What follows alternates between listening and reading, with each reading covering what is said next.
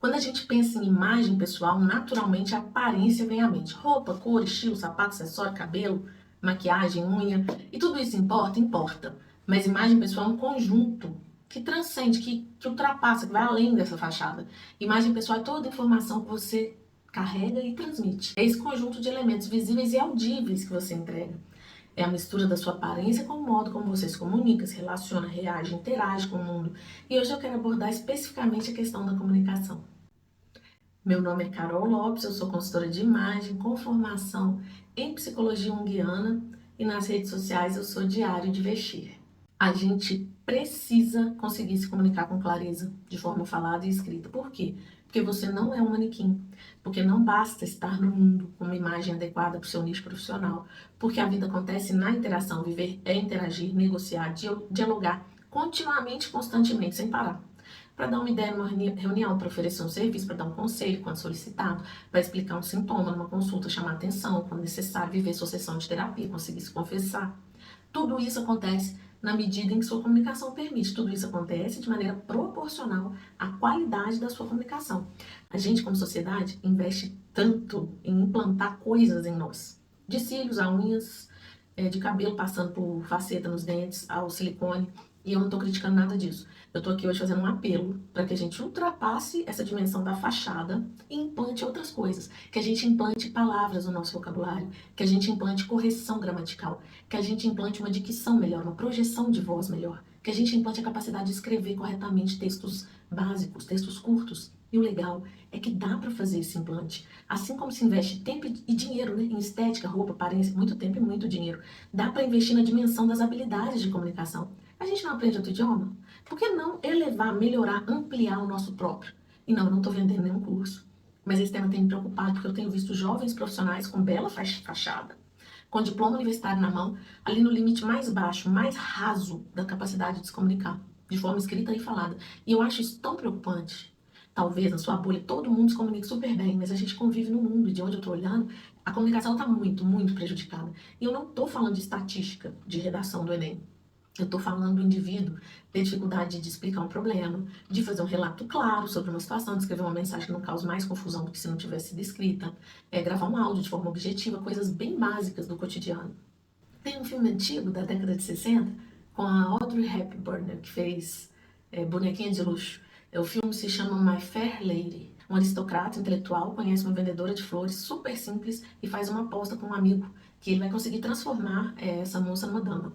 Logicamente que tem uma mudança de guarda-roupa, é uma foto super famosa, ela com um chapelão, mas é muito interessante acompanhar a mudança no linguajar. Ele investe na comunicação.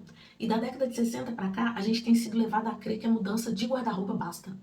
Por exemplo, 30 anos depois, ali década de 90, a gente tem o filme Uma Linda Mulher, em que o foco é somente a fachada, só a troca do guarda-roupa. Não tem uma elevação em algo que não seja superficial. Os programas todos de mudança de guarda-roupa são isso, uma mudança de guarda-roupa.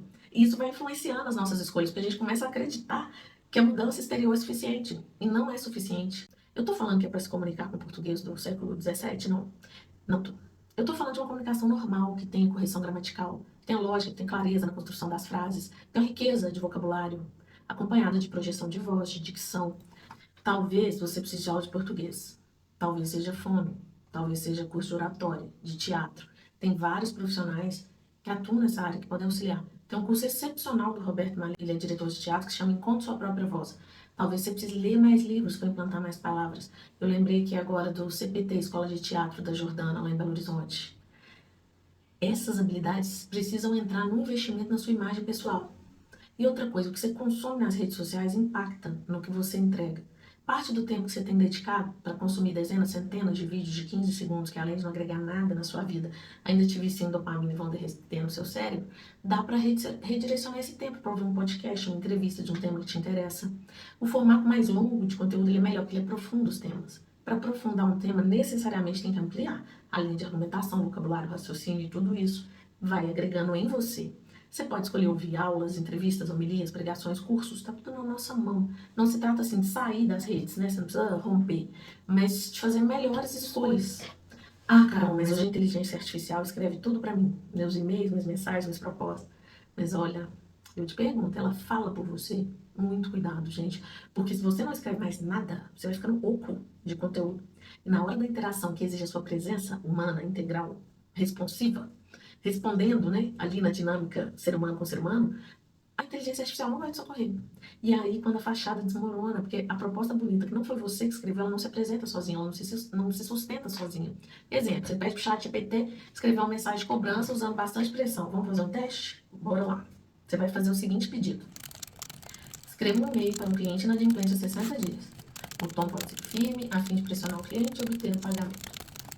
O chat GPT vai entregar. Olha o que ele entregou. Urgente, pendência aberta, não houve nenhuma manifestação. Não é mais possível postergar a resolução desta pendência. Seremos obrigados a tomar medidas legais imediatas. Esta dívida já está impactando sua reputação como cliente. É imprescindível que o pagamento seja feito imediatamente. Esta é sua última oportunidade de evitar complicações maiores. Aí o cliente pede na sequência para negociar com você ao vivo, numa reunião. O chat entregou, você vai entregar? Ou você nem conhece as palavras, você nem entende as ameaças que você mesma fez com o texto que você enviou.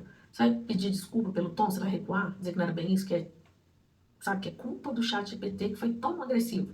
Se o cliente crescer, você vai encontrar em você as palavras para sustentar o que o chat GPT fez em seu nome. Isso é grave, isso é sério, sabe, isso é importante.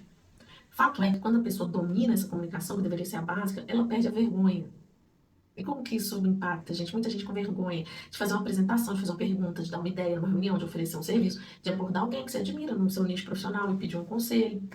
Excessiva vergonha é um problema de imagem. A gente precisa olhar para isso. Pode ser timidez? Sim. Pode ser um complexo de inferioridade? Claro. Pode ser um trauma? Também. Tudo isso a ser enfrentado terapeuticamente? Sim.